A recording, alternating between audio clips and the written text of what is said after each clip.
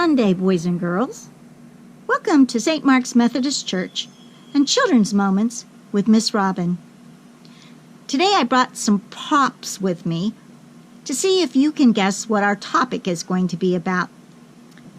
First, I have a birthday cake. Red, white, and blue. I have a pom-pom, which kind of reminds me of fireworks going off. And I have an American flag. Have you guessed? You guys are so smart. Yeah, we're going to talk about the 4th of July today. It is the birthday of America, and it's coming up in 6 days on July 4th. That was the day that our forefathers signed the Declaration of Independence and announced that the 13 colonies that later grew into be the 50 states of the United States of America were going to be free from their mother country of England. Thomas Jefferson penned these very famous words as in the opening of the Declaration of Independence, and he said, "We hold these truths to be self-evident, that all men are created equal, that they are endowed by their Creator with certain inalienable rights, that among these are life, liberty, and the pursuit of happiness." The Revolution was a 7-year battle. 25,000 men died to make Thomas Jefferson's words reality. Which brings to mind another song that I know called "Freedom Isn't Free." Freedom isn't free. You gotta pay the price. You gotta sacrifice for your liberty. Well, boys and girls, I don't know about you, but this 4th of July, I'm feeling kind of confused. First of all, a lot of people are very afraid about the Corona-19 virus, and I don't know if that's going to disrupt your family picnics this year that we generally have when we have the 4th of July, or the fireworks. Lots of celebrations are being canceled because of it. Lots of people are worried about that illness. That kind of makes me feel sad and confused and bummed out. Then a lot of Americans are rioting in the streets and protesting imperfect people. Like Thomas Jefferson, the man who wrote some of the most beautiful words written in our history, wasn't always a good guy. You know, as much as I've thought about this and been confused by it, I thought back and I said, well, you know, our freedom, yours and mine, didn't begin with Thomas Jefferson. It began with Jesus Christ.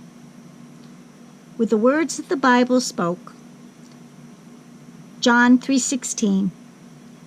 For God so loved the world that he gave his only begotten Son, that whoever believeth in him shall not perish, but have everlasting life. Well, why did God send Jesus to the world? Not because people were perfect, not because they were always right, not because they always did the right things, but because he knew they didn't always do the right things, because he knew that each and every one of us are sinners, including our forefathers. But you know what? They got the ball rolling, didn't they? Those words got the ball rolling for a nation to become great. This flag stands for that nation, and it stands for the sacrifice that many men and women have made on behalf of this country. This flag was my father-in-law's flag. He spent 16 months in a prisoner of war camp in Germany in World War II. He made that sacrifice for your liberty and my liberty, as many, many, many men and women have done in our history. But it all began, that sacrifice for freedom, with Jesus' sacrifice. His sacrifice to save us because we were imperfect people. And when he came, he told us these words. In John 13, verse 34, he said, "A new command I give you. Have love for one another, as I have loved you." But then he went on to say, any man can love somebody he likes. That's true, isn't it? People that are good to us, people that are nice to us, people who seem like perfect people, well, they're easy to love. In Luke 6:27, Jesus went on to say, "Love your enemies. Do good to those who hate you." Now, boys and girls, that's not easy to do.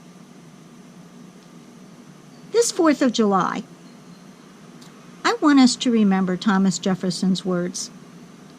I want him to remember that all men were created equal in the eyes of their Creator, and that all men, all women, all people, not just of these great United States, but of the world, were endowed with their Creator with the rights to life, liberty, and the pursuit of happiness.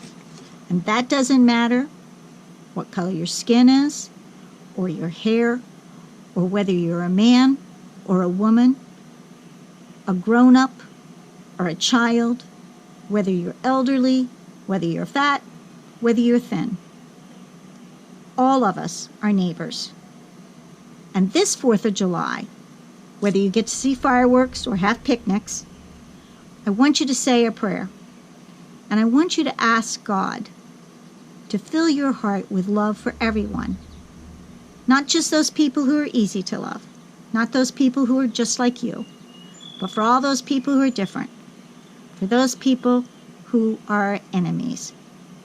Let's bow our heads and pray. Dear God, thank you for the freedom that we enjoy in our country.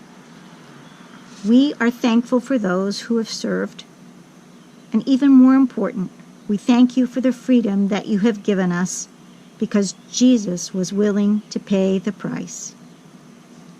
Boys and girls, have a great week and have a wonderful 4th of July, and celebrate that not only are you an American, but you are a Christian. Amen.